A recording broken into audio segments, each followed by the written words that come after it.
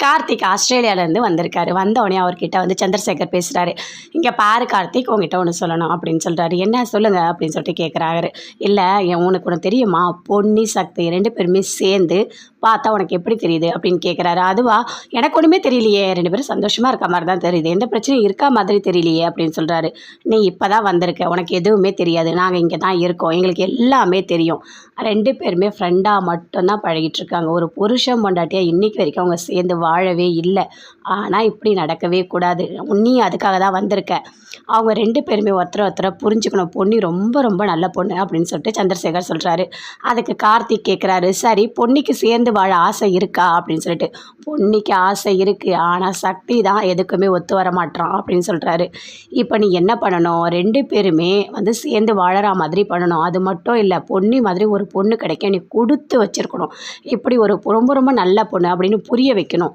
புரிய வச்சு அவங்க 2 பேரும் சேர்த்து வைக்கணும் அப்படின்னு சொல்கிறாரு. அதை விடுங்க, அது என்ன பெரிய விஷயமா, நான் சூப்பராக பார்த்துக்குறேன், போங்க, ஒரு 10 நிமிஷத்தில் நான் வரேன், நீங்கள் போங்க அப்படின்னு சொல்லிட்டு கார்த்திக் சொல்கிறாரு. எல்லாருமே சேர்ந்து சாப்பிட்றதுக்காக டைனிங் டேபிளில் உட்காந்துட்ருக்காங்க. என்ன இன்னும் இந்த கார்த்திக் வரலையா, ரூமில் அப்பயே போனா அப்படின்னு சொல்லிட்டு சந்திரசேகர் கேட்குறாரு. அவன் வர வரைக்கெல்லாம் என்னால் காத்துட்ருக்க முடியாது, எனக்கு பசிக்குது அப்படின்னு சொல்லிட்டு மூர்த்தி சொல்கிறாரு. இருங்க எல்லாரும் சேர்ந்து ஒன்றா சாப்பிட்லாம், அப்போ தான் சந்தோஷமாக இருக்கும் அப்படின்னு சொல்லிட்டு சண்முகம் சொல்லிட்டு இருக்காரு. அதுக்குள்ளே கார்த்திக் வராரு. வா கார்த்திக் வந்து உட்காருவா அப்படின்னு சொல்லிட்டு உட்கார வைக்கிறாங்க. பிரீத்தி இருக்காங்க. பிரீத்தி நீ வந்து உட்காந்து சாப்பிடுவா அப்படின்னு சொல்லிட்டு இருக்காங்க. பிரீத்தியை பார்க்குறாரு. இங்கே இருக்க யாரும் என்னை இன்ட்ரடியூஸ் பண்ண மாட்டாங்க, நானே சொல்கிறேன், என் பேர் கார்த்திக், நான் ஆஸ்திரேலியாவிலேருந்து வந்திருக்கேன் அப்படின்னு சொல்கிறாரு. ஓ அப்படியா, என் பேர் பிரீத்தி அப்படின்னு சொல்கிறாங்க. இவங்க யார் அப்படின்னு சொல்லிட்டு கேட்குறாரு. அதுவா, பெரிய கதை அப்படின்னு சொல்லிட்டு மூர்த்தி சொல்கிறாரு. தயவு செய்து அமைதியாக இருக்கியா மூர்த்தி அப்படின்னு சொல்லிட்டு சந்திரசேகர் சொல்கிறாரு. பிரீத்தி சக்தியோட ஆஃபீஸில் ஒர்க் பண்ணுறாங்க அப்படின்னு சொல்கிறாங்க. சரி எல்லோரும் சாப்பிடலாம் வாங்க. பாப்பா சூப்பராக இருக்குது டிஃபன், என்னது இது அப்படின்னு சொல்லிட்டு கார்த்திக் கேட்குறாரு. இதுவா, திணை பொங்கல், நல்லா இருக்கா அப்படின்னு சொல்லிட்டு வைக்கிறாங்க. சூப்பராக இருக்குது அப்பா, இந்த மாதிரிலாம் நான் சாப்பிட்டதே இல்லை, எனக்கு என்ன சொல்கிறதுனே தெரியல அப்படின்னு சொல்லிட்டு ரொம்ப சந்தோஷமாக சொல்கிறாரு. அதை பார்க்குறாரு அப்படியே சக்தி, எல்லாருமே பார்க்குறாங்க. ஒரு நிமிஷம் உங்கள் கையை கொடுங்க அப்படின்னு சொல்லிட்டு கார்த்திக் கேட்குறாரு. ஏன் எதுக்காக, என்ன ரேகை ஏதாவது பார்க்க போறியா என்ன அப்படின்னு மூர்த்தி சொல்கிறாரு. அந்த கையை பிடிச்சி அப்படியே கண்ணில் ஒத்திக்கிறாரு. என்ன டேஸ்ட்டாக சமைக்குது இந்த கை, அப்பா என்னால் தாங்கவே முடியலங்க அப்படின்னு சொல்லிட்டு புகழ்ந்து தள்ளுறாரு கார்த்திக். எல்லாருமே இதை பார்த்துட்ருக்காங்க.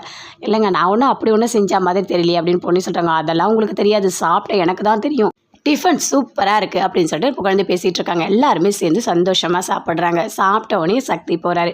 அப்போது கேட்குறாங்க பொண்ணு, என்ன இவர் இப்படி சொல்கிறாரு, நான் அந்த அளவுக்குலாம் ஒன்றும் சமைச்சா மாதிரி தெரியல, சாதா ஒரு டிஃபன் தானே அப்படின்னு சொல்கிறாங்க. இங்கே பாரு பொண்ணி, அவன் அமைதியாகவே இருக்க மாட்டான், அவன் அப்படி தான் எங்கே இருந்தாலும் கலகலன்னு இருப்பான், எல்லாருக்கிட்டையும் நல்லா பேசுவான், சந்தோஷமாக வச்சுப்பான் எல்லாரையும், ஆனால் யாரையும் ஹர்ட் பண்ணுற மாதிரி பேசவே மாட்டான். உனக்கு ஒன்று தெரியுமா பொண்ணி, நான் காலேஜ் போகும்போது என் கூட காலேஜ் வந்து ஒரே ஒரு நாள் தான் விட்டுட்டு போனான், ஆனால் அதுக்குள்ளேயே பார்த்தா எல்லாருமே அவன் எப்போ வருவான் கார்த்திக்னு சொல்லிட்டு கேட்க ஆரம்பிச்சிட்டாங்க. அந்த அளவுக்கு அவன் எங்கே இருந்தாலும் அந்த இடம் ஜாலியாக இருக்கும், நீ எதுவும் பெருசாக எடுத்துக்காத சரியா அப்படின்னு சொல்கிறாரு. சரி அப்படின்னு சொல்லிட்டு போகிறாங்க. அங்கே அப்படியே ஃபோட்டோ உட்காந்து ஹாலில் கார்த்திக் பார்த்துட்ருக்காரு. அப்போ சிவானி வராங்க, வந்து கேட்குறாங்க என்ன பண்ணுறீங்க அப்படின்னு சொல்லிட்டு. நிறைய ஃபோட்டோஸ்லாம் எடுத்து வச்சுருக்காங்க, குவாலிட்டியாக இருக்கும், சூப்பராக இருக்கும் அப்படின்னு சொல்கிறாரு. அப்படியா, காட்டுங்க அனிமல் ஃபோட்டோலாம் அதில் இருக்கா, நான் பார்க்குறேன் அப்படின்னு சிவானி சொல்கிறாங்க. இருக்கு, வா காட்டுறேன் அப்படின்னு சொல்லிட்டு காட்டுறாரு.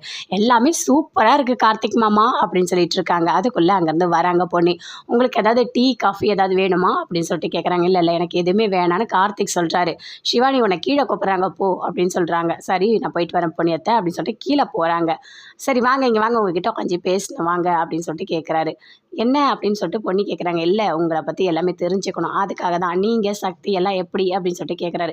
நான் சக்தி எல்லாமே சின்ன வயசில் ஒன்றா தான் வளர்ந்தோம் அப்படின்னு சொல்லிட்டு நடந்த எல்லாத்தையுமே பொண்ணு கார்த்திக்